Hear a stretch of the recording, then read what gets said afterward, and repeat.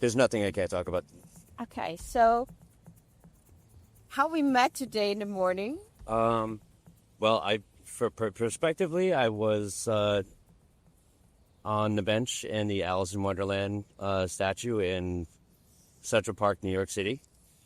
And I woke up feeling pretty good, and there was a lovely young woman, and we spoke of spirituality, we spoke of, different perspectives.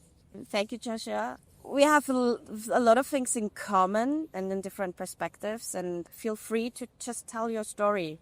So I would say I was born in Cape Cod, Massachusetts. My life was extremely turbulent, to say the least, and I would say through most of the years of my early life was a cornucopia of different forms of mental, psychological, emotional, physical, and sexual abuse. So by the time I was about 12 years old, I had pretty much experienced about as everything that you shouldn't do to a child. And also in forms of abandonment and betrayal. My first memory that most people would call like a trigger memory, having complex post-traumatic stress disorder, was my grandmother. My grandmother, I'm pretty sure it was in Rutland, Massachusetts. It's a very vivid memory. Everything from the smell of the house, because there was a smell. It was an 80s house. I call it 80s house because in the 80s, everybody smoked in their houses, and there was different cleaning products. So it was like stale cigarette smoke, but it was clean. The curtains were like dark red and whatnot.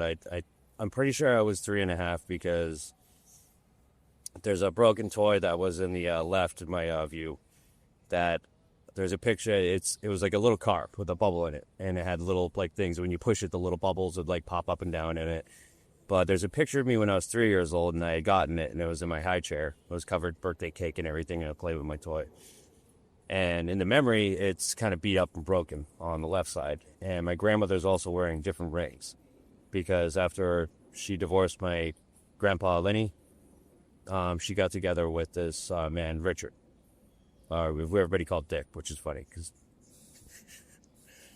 But different rings and a toy and stuff like that. So I placed it around 3.5.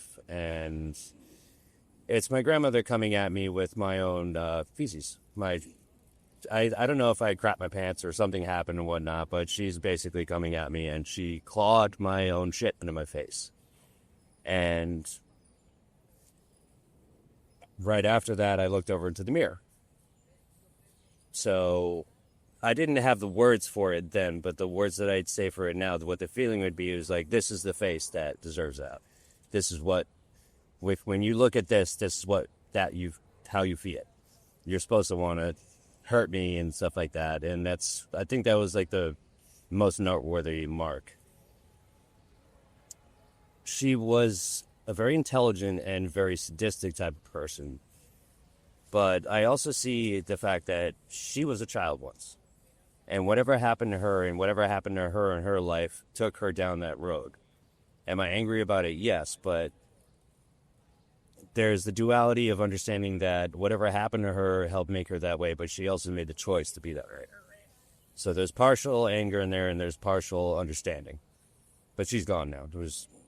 And the fact that I understand that allows me to process it a lot better. And because of who she was and what she did, she also affected my mother. I would say she emotionally butchered my mother into not being able to believe that she could ever do anything.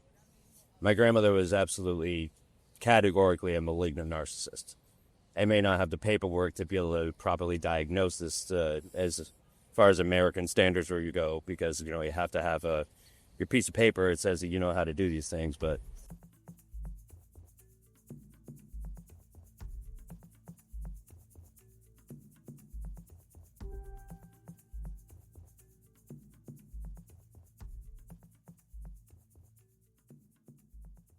there's a concept called the looking glass self. Looking glass self is when you think your own image is how others perceive you. And you always base everything you're doing on how others people see you, not how you're being. or how you really are. When you're only thinking of yourself as a reflection, you're not really thinking of you being just yourself to the rest of the world. How it feels like I describe my life and myself and everything that's happened and what I've kind of found out about myself, but I think it's like having the glass shattered in the beginning and taking the pieces and making something different. I can't really look from other people's perspective. I can only see out. One of my chapters, it's called Why It's the Opposite of Seeing the Life Through Pink Glasses, No Glasses. It's not true. So even you have to fart and it's not coming out, there is something different changing in your life kaleidoscope. Let's say it like that. Because you stand up in the morning and, if you have not your morning shit, you are angry, you are grumpy, and then you feel like somebody is nice, but you feel in your mind, fuck off, I just want to shit in the morning. So it's the same with the glasses, and it's all pieces somewhere around, even if your childhood is a broken glass. And that's why it's also that's why for me it's important Alice-im-Wunderland, because the second part, it's just behind the mirrors, this glasses. So I think it's a metaphor for all that kind of stuff, and it comes together there. Or kintsugi, for example, it's in Japan. If something is broken, you put it together, and the things were the scarves, you make it in golden. If I was to say metaphorically what I've been trying to do with myself is trying to take the broken glass and turn it into a prism. Prism can see every angle, everywhere. But you're not you can no longer look from the outside. You're only at your own center, which sounds egotistical, like self-centered. But I don't think it's a bad thing to be self-centered. Self-centered meaning centering yourself so that way you can connect with other people, just being true and being yourself. What do you think is the opposite between, because this is a question which is a big question mark in my head still, and I would not say it's a struggle, but I'm thinking a lot about this two difference. What is the difference between self-centered and egoism? Egoism and egotistic, I was actually going to say, the difference between that and someone who being very egotistical. Egotistical is more predicated, what I think is probably more predicated upon how everybody else sees that person. And they base, if everybody sees me as I'm great and this and that and stuff like that, and it's more about taking pictures of myself. I have to show everybody else, I'm so great and stuff like that. But I don't think that people are great just because they are. I think people are great when they're doing something great. So if you're doing and you're always trying to be good, then you're being a good person. Here's the thing is, it's not like I've always been a really nice person. I came from nonstop, after my grandmother, so I'll continue with being, if I don't tell the whole story, basically, then the spectrum or the scope or the ability to understand how it all works together. My grandmother also did a lot of things that psychologically, that was a terrible moment. There was only one moment, and it was a very prominent one. But the things that did the most damage were the quiet things that happened over time. She used to grab the back of the flesh on my arm, and she would pinch hard enough to draw blood.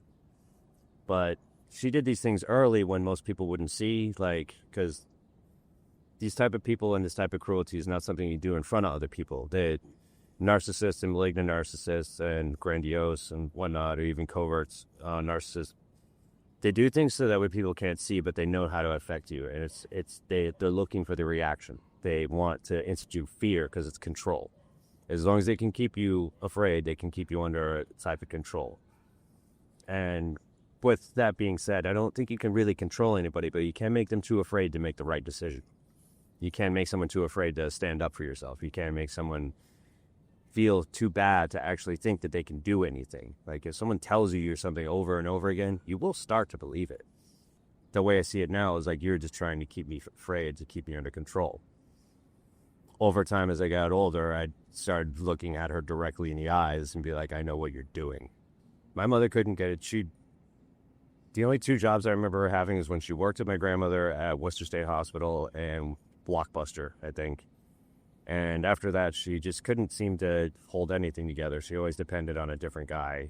I remember waking up in my crib and I was being sprayed in the face with something, and I later found out that it was urine. So somebody had come in. His name was Tom. He was drunk. He came into my room and thought I was a toilet, basically, and pissed on me in my crib. And I know it's very discerning, but it's kind of funny to me contextually and stuff like that, because that doesn't really happen to most people. And if you learn how to laugh about things, if you learn how to take the pain or the sting out of things like that, it can be funny. Maybe one day I could do a comedy skit about like all the terrible things. Is it really funny, or like? It's dark. It's terrible. Like things like that should never happen to a person.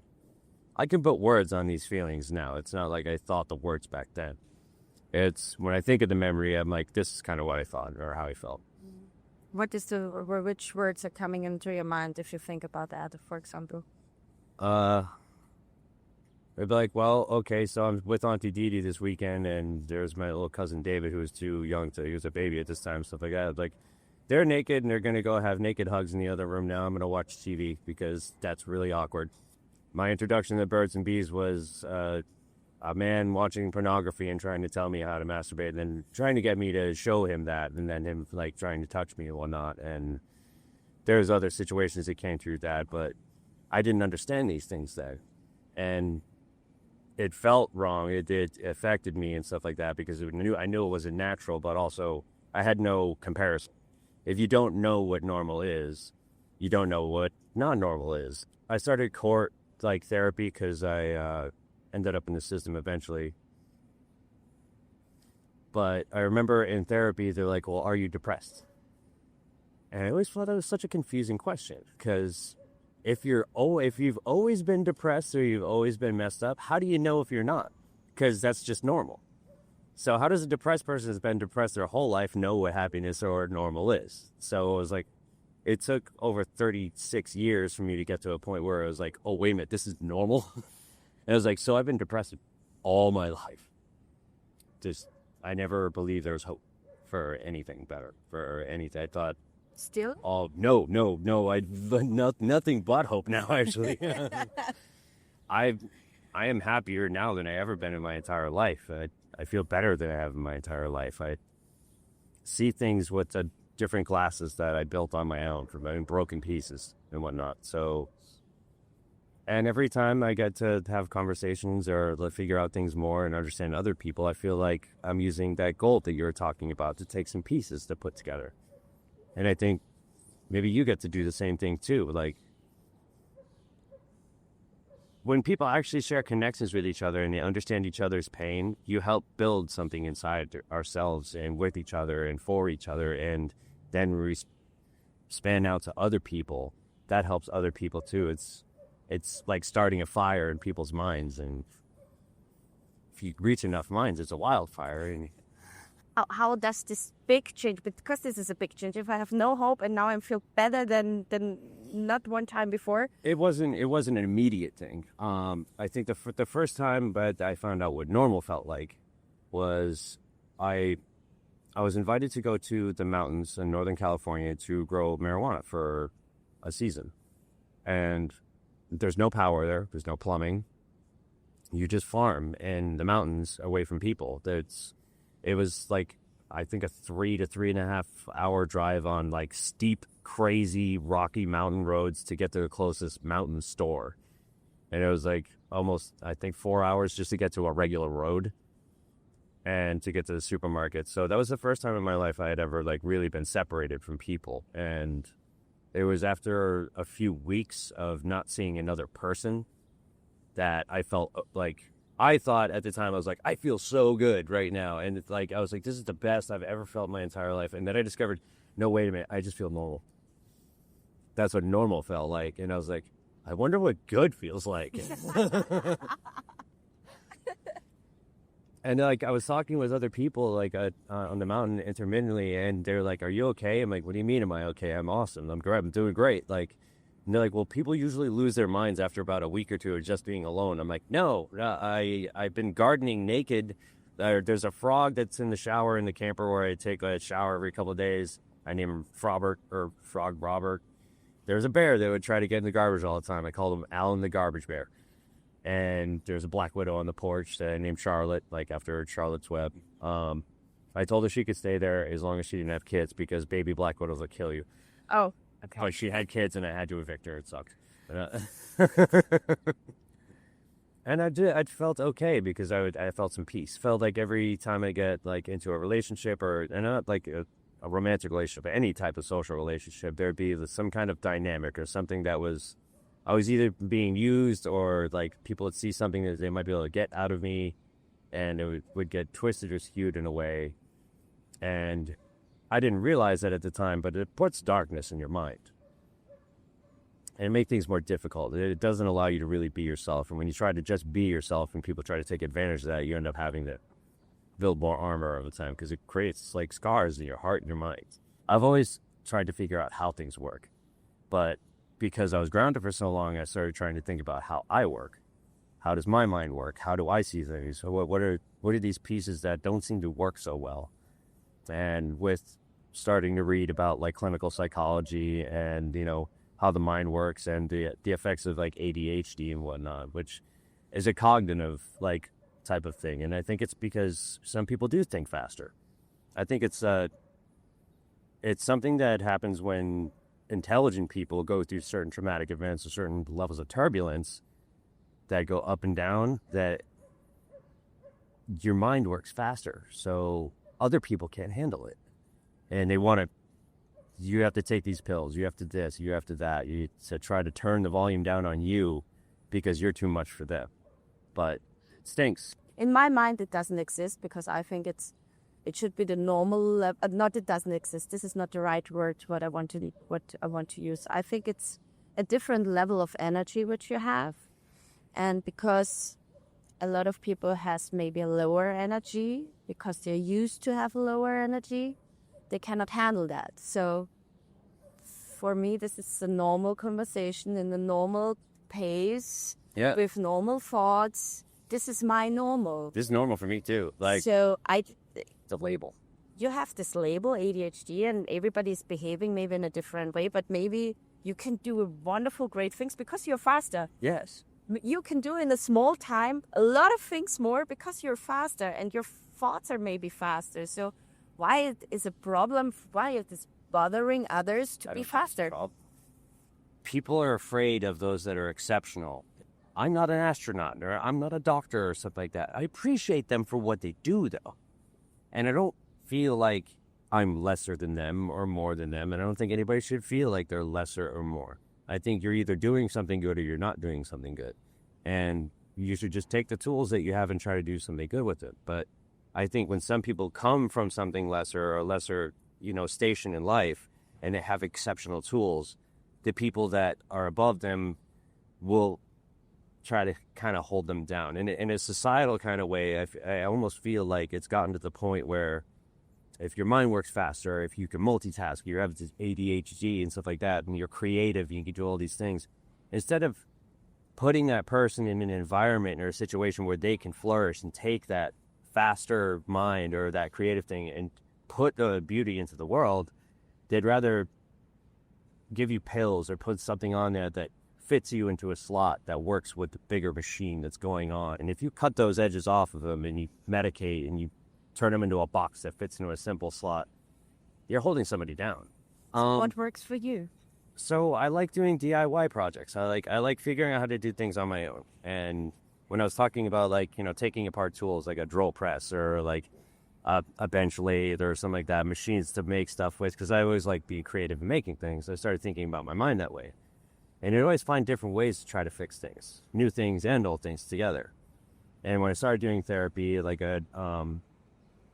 learned about EMDR. It has to do with rapid eye movement when you're sleeping.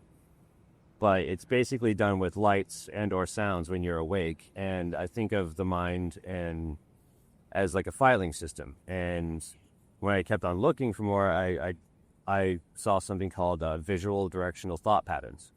So basically when you're thinking about something, you're not like looking at say this basket or a rock on the ground. If you're feeling emotional and you're thinking about your feelings, you typically look down and to the left. And there's different directions when you're looking or thinking, like you're accessing different parts of your mind. So I was like, wait a minute, that's like a map. So I think straightforward is sensory. It's like focus. If you're looking straight and up, It's either it's sound or smell. If you're looking to up to the left or to the right, they're basically creative, like quadrants and whatnot. That's how you can usually tell if someone's looking to find a lie. They'll start looking like this. They'll like look up and to the left and right a bunch of times and whatnot. It's like you're looking for bullshit. But I think that the EMDR thing and the way I read how it works is it's like taking traumatic things that are basically seated in your emotions, and they shouldn't be seated in emotions. They should be seated in like your memory that you can access to use as information. So when those bad memories are hammered into your emotions, you're constantly emotional and you're turbulent, and it's difficult to work through anything, because when you remember something, you don't get to think of it for what it really was. You just feel or kind of re-experience those things, like my grandmother in the bathroom situation and whatnot. Like, I had bathroom issues most of my life. Like, I'd poop shy. If I had to take a dump or something like that or anything, public bathroom, anybody in there and stuff like that, grandma nightmare. Like, sometimes I could start smelling like 80s house or something like that. If it was ever bad, I could see her eyes. I feel like people are like cruel, or like in evil sense, people like don't have the same voice. It's more like a hiss or some kind of guttural, awful kind of sound. And I'd hear some things like that. Not the words, but just I'd feel it. So it's not like reliving it. It's just like re-feeling it. I felt like that was filed under the emotional part. So when I learned how to psych, I went for the hardest stuff first, the worst memories. And I basically followed the directions with EMDR with 2 lamps in a room in a dark lit cabin. And I was also combining binaural beats, which I found, I read about it, and you can find them on YouTube. And there's different frequencies. There's frequencies for like healing, for sleeping, for studying, for stuff like that. And I was like, okay, how does this work? And it was like, okay, so they take 2 different hertz frequencies, and one will be like 5 hertz higher or lower than the other ones. And it equalizes in your brain. And when your brain or your equilibrium balances it, it activates different parts of your brain.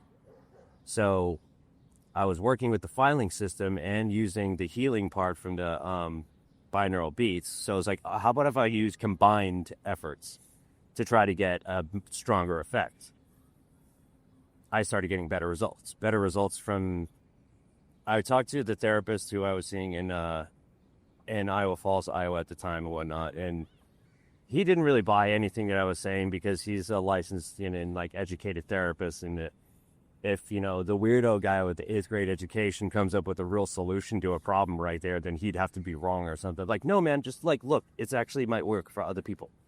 He thought it was bullshit. So like the binaural beats, if you look at it, kind of just like most people would see it like, oh, this is like some hippie-ish like chakra blah blah blah something and stuff like that. I'm like, yeah, those are the words that you put on it, but what is it really? So I started looking at the science and the numbers behind it. And I was like, wait a minute, this is very legitimate. Like, these have actual, like, recorded effects on people for positive, results. After, like, I had my first neurological, like, testing stuff done, and, like, I've read through my own, like, results and stuff like that. I'm like, what does this mean? What does, this word mean and stuff like that? How does everything culminate and come together with the mind, the computer that runs the body and the nervous system and everything like that? The funny one was, I read the study about Viagra. It wasn't just a recent study done. The Social Security Administration of America basically took the number of, well, most people like put like, they're boner pills and stuff like that. I'm like, no, it's a vasodilator or a vasodilator. A vasodilator is something that opens your capillaries and your blood passages and stuff like that, and allows more blood and oxygen to go through. Now, the article I read was the fact that the Social Security Administration had done they took the numbers of like men in America that have taken Viagra for years, and it reduces risk of Alzheimer's by over 60%.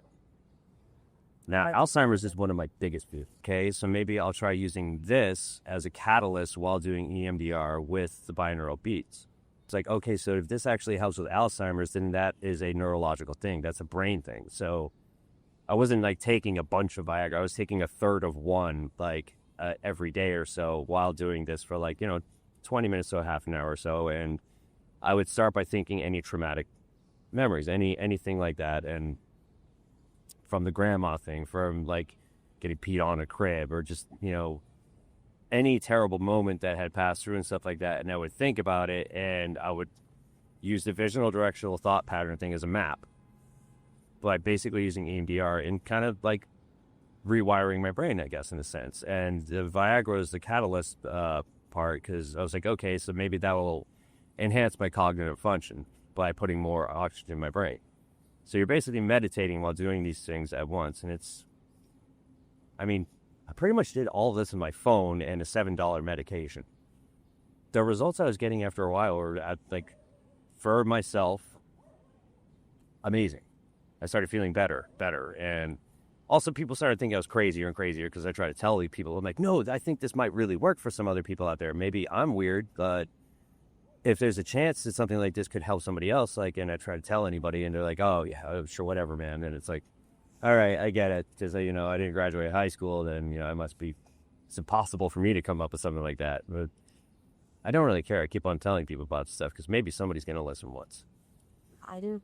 Along with everything that I've done, one of the biggest parts was making a lot of apologies. I couldn't just be like, oh, this is about me. I'm like, this is about everybody that I've affected too, because everything that happened to me ended up creating, and I think, in a sense, turned me into a very instinctual animal about things, and I was very, very destructive, and pretty much everybody that came in my path was affected in a very poor way. And I had to hold myself accountable for those things. And I had to call up, my sister, I had to call up people from relationships, I had to call up just people that had passed by in life, and I still have some people I've been trying to, a few people I've trying to find, but after about 137 phone calls, that was one of the biggest things that made me start feeling a lot better, was holding myself accountable for the things that I had done in the past, or at least trying to let people know. And most of the time people were like, oh, I didn't even remember that, or whatever, and stuff like that. I'm like, well, you know what, I did. And I'm sorry for what I had done and whatnot. And they're like, okay, but a lot of people end up calling a month or two later, but I really appreciate that you called and said those things. I've been feeling a lot better about stuff. And it was like, okay, so it definitely was in the back of your mind. I felt like I started at the bottom, but when you're at the bottom, you can only look up. So I brought this up to the therapist that I was seeing and whatnot, and he's like, oh, that's interesting and stuff like that. I was like, okay, you don't actually even want to talk about this. So I was like, I don't need you. I'm just going to do this on my own. So I was there in a cabin in the woods, just doing 2 lamps in the dark with Viagra and my phone and binaural beats, and just moving my eyes. And so I was like, okay, so this is my emotion. To the bottom to the left right now. I'm going to try filing it to the right. So I'd move my eyes in that direction over and over again, thinking about traumatic events and whatnot. But soon after I started doing stuff like this, I wasn't having issues anymore. I wasn't I wouldn't get 80s house smell or grandma eyes or any of that weird feelings and stuff like that anymore. I was like, okay, things are clearer now. My mind is working faster, but it's working better. I also started realizing about other people more and more, because I wasn't so wrapped up in my own emotions or feelings or anything like that. I was more centered and more focusing outward. But I looked at it like I would a power tool, like a drill press, a bench drill press that has a lever. You turn it down and it presses the drill into it and puts a hole into it. Now, if you take apart a tool and you find out where the motor is, I'm like, oh, the problem is the motor. And so the mind's the motor. And using the different elements like EMDR and the binaural beats was basically realigning parts so that way they could move more smoothly. Because a drill press, you think of 2 wheels with a belt, and the motor drives it, and you control a slide that pushes it and punches through the hole. If those things aren't aligned, or that motor's got gunk on it, or it's got stuff because it's been misused so many times, it's not going to work properly. So once I got the machine to start working more properly, I started feeling better, and I started seeing things perspectively different. Einstein's theory was proven, within the past 2.5 years, which nobody seems to know about. But it still is a theoretical thing, because the number 1, the number 2 is just something that we made up in our minds. A cell phone is literally a window to collective knowledge and wisdom of humanity collected over time. You can access books, manuscripts, fucking studies from everything, legitimate, good information. But instead, it's used for TikTok and take pictures of myself in porn. It's also good to use TikTok for those kind of things. Yeah. Right now, for example, I think it's the balance thing. About 6 months ago, I filed the FEC form to run for candidacy for president. I filed it in Rhode Island. Okay. And then I got an email back saying that it's just a run for candidacy, but it was accepted. That's so amazing. I think I either have to get 500 or 1,000 signatures in Rhode Island to start right there. And because I believe that we don't need more politics, we need more humanity, we need more empathy, we need more understanding, and we need more balance. How you would change the things, because we know what we would love to change, but how? My way to change the thing is using my mind and talking to people. And I've been in New York City for about 2 weeks now, and I've talked to a couple dozen people through and stuff like that. And I try to talk to people about their problems. And I try to affect people by using my own situations in my life to connect with other people and their traumas and stuff like that. Because you can have, a college education and you could be a psychologist, you could be a psychotherapist, you could be all these things and stuff like that. But a real connection is when you understand someone else's pain and understand how it works and why it is the way it is. And one of the things that I asked my therapist before I left Iowa was, so with all of my own studies into psychology and how my mind works and my own personal life experience, because experience is the best teacher that you can have. Actually living through something will teach you more about something than reading any textbook or watching any video or anything like that. So one of my last questions for him is wouldn't that actually make me more qualified to figure things out than you? And he struggled with this for a minute. He was like, well, I don't know, blah, blah, blah. I was like, okay, really? And he was like, yeah, all right. And I got him to actually crack and say that, because I know he could tell that I was, it's with most people, if you have to admit that someone else is right, they have to feel like they're wrong. And I'm like, that's not what I'm trying to do. I'm not trying to say that you're wrong about something. It's maybe I just saw a window that somebody didn't see before. And it's difficult for people to believe that you could come from nothing and discover something that might be incredible or might really work. And that's the thing, is I'm not sure if this stuff will work for anybody else. I have, my genetics and my DNA. It's a lot of things that I'm doing. New York is not exactly the place I've ever really wanted to be, because there are so many people and they're so difficult for me to deal with. They're a lot more easy for me to deal with now because I don't have the trigger responses or the effects that I would get from just being around people aren't really there anymore. I can just be myself and watch what's going on and engage in conversation, or know that I should be avoiding this person. My book is also about the bulimia, and you told me you have a friend. Yep. Because actually, most of people are thinking this is a woman thing. Yeah, it's not just a woman thing at all. How you know that? Because I've two friends that are one acquaintance, one kind of friend that they were both, one was a boy at the time, the other one was a man that had been through it that I didn't know about. But it has to do with self-image and whatnot, and it all comes from somewhere. And I don't know the full extent of the stories, but Kyle had bulimia, and I think it had to do with his mother, basically, and the fact that his father was overweight. And I think she always really hammered into him and stuff like that. They'll be like, you're a fat ass like your father, or this and stuff like that. But he's very hungry all the time and whatnot. So, he would binge and then purge and continuously do that. And it affected him over time. His teeth and his self-esteem was hammered to pieces and whatnot. And when he talked to me about it, he was like, yeah, I'm so embarrassed because it's a girl's thing and stuff like that. That's not a girl's thing. It's just because it's more predominant with one sex than the other one doesn't just mean it's that. That's an interpretation that people made, and I think it's a wrong thing to do,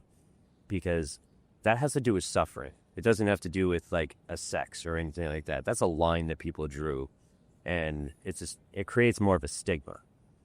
And I think that's a really stupid thing to do, because suffering is suffering no matter what.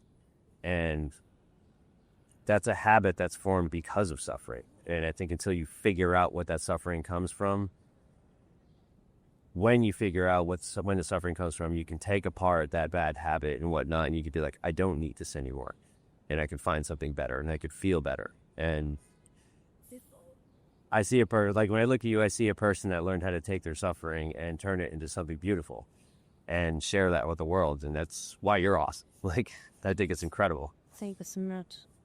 I think there's a lot of misinformation going along. People are being steered in a certain direction. Like, we're talking a lot about mental health issues and all of, like, you know, the psychology and neurology and things going on with the mind. But the fact that, like, America's DSM-5, which is the Diagnostic Statistical Manual, it's the benchmark that we use to medicate and diagnose people with serious mental health things that affect their lives, is over 10 years old. Now, a cell phone's operating system is at least 10 times more complicated than that, and your cell phone updates at least once a month. Now, there's a man who has done over 80,000 brain scans. I think it was a man, maybe one or two people that I watched on a TED Talk video. And he had done brain scans of people with disorders, over 80,000 of them. And he has concrete dynamic data, right? And which is like static data. It's different numbers of things going on over time that they can say, like, there is a prevalence here. There's prominent information that could be used and combined to help diagnose people better, and we're not doing it in America. It's been a decade. They did it. If people can't think clearly, they can't see clearly, they can't understand clearly, and it just feels like elements of chaos. Well, chaos is a ladder for power. This needs to be changed. This needs to be thrown out. We need to make a new book. What's been built, the foundation is rotting, and it's falling apart, and it will collapse if it isn't either reinforced with something good or taken apart and remade to make sense, because things need to start making more sense. Because if it's like anything in nature, if it continues a destructive course, eventually it will collapse, or it will capsize, or it will do what nature does, and nature will bring balance to it. So if people create too much unbalance, the universe is going to create balance, and then bad things will happen. So we have the ability to make things better. People should be allowed to be as beautiful as they can be. And we should stop trying to hold people down or telling them they should be taking pills just because they're exceptional. Every time I encounter something that I've never done before, I'm like, that's a first. That's the first time I've ever done this. And it could be small things. It could be, you know, like today was the first time I ever sat in a New York City cafe by Central Park and had a coffee and an almond, so what was it? Almond croissant. An almond croissant, and talk to a wonderful, intelligent person and stuff like that about what's going on. And it, you know, spiraled up into this, like you were talking about before. And thank you. Like what we're doing right now is exactly what I've wanted and been doing. And it keeps on getting better. And I think it's weird about karma.